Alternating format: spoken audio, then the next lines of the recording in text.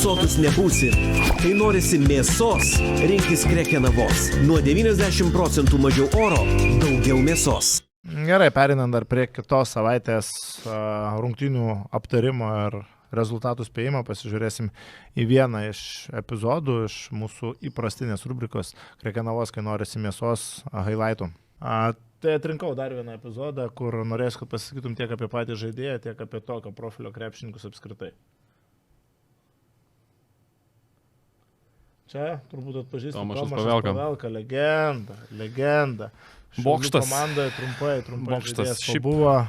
Šiaip tokių centrų LKL šį sezoną beveik nėra, turbūt tokių, dominuojančių ūgių.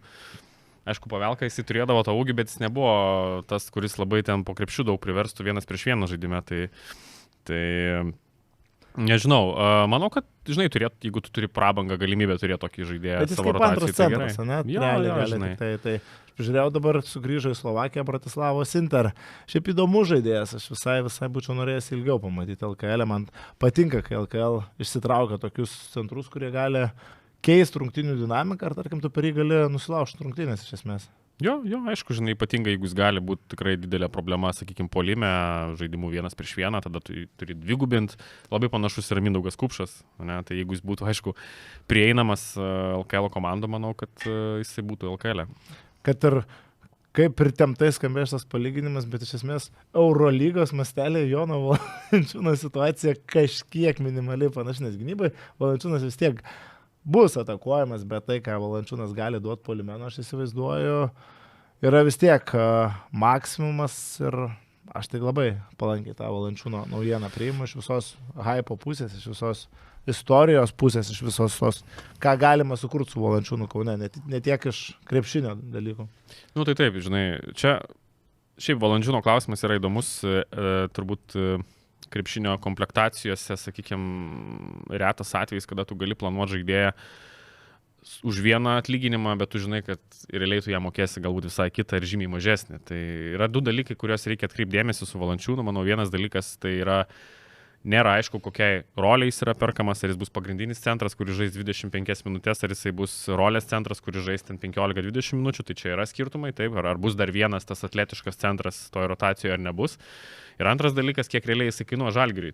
Manau, kad ta suma, kuris skamba 2 milijonai per sezoną, jinai skamba labai taip galingai, bet iš tikrųjų realu, kad ten bus gal net dvigubai mažesnė suma, kurią realiai Žalgiris ją mokės, todėl kad panašiai gal apie pusę gali atsimušti iš bilietų, iš marškinėlių, iš kitų dalykų.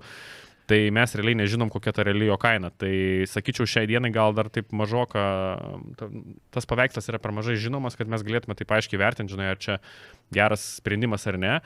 Kad smagu būtų Joną Valančiūną matyti Žalgiryje, tai 100%. Aš tai visada irgi žiūriu iš tos pusės, kad ne tik iš tos krepšinio detalių pusės, bet ir iš pačios istorijos. Tai vis dėlto šito amžiaus top 2 žaidėjas Lietuvos krepšinio ir matyti jį rungtyniaujantį Lietuvoje, matyti jį rungtyniaujantį Kaune, galų gale vaikams, jaunimui atvykti rungtynės pasižiūrėti gyvai į Joną Valančiūną, tai yra dalykas, tai yra tai, kas skatina domėtis to pačiu krepšiniu ir nereikia visko suvesti, manau, į tos skaičiukus ir čia fletas, dropas čia kiek atakuos.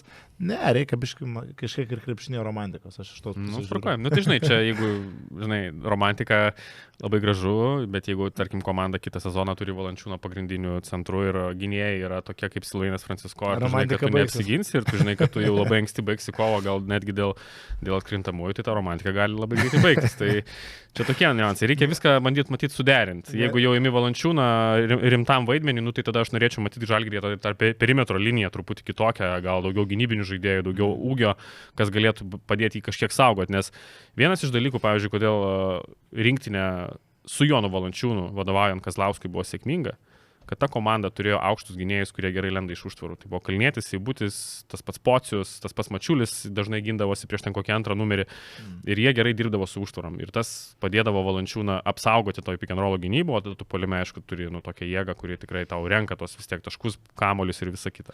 Tai va, aišku, iš krepšinio pusės ten yra dalykų, kuriuos žiūrėti. Čia mes apie Tomašą Pavelką pakalbėjome, LKL mastais, tai irgi iš esmės panašaus tipažo žaidėjas, tu irgi taip pačiai turi komplektuotis ir galvoti, kaip pasirašai tokį Tomašą Pavelką.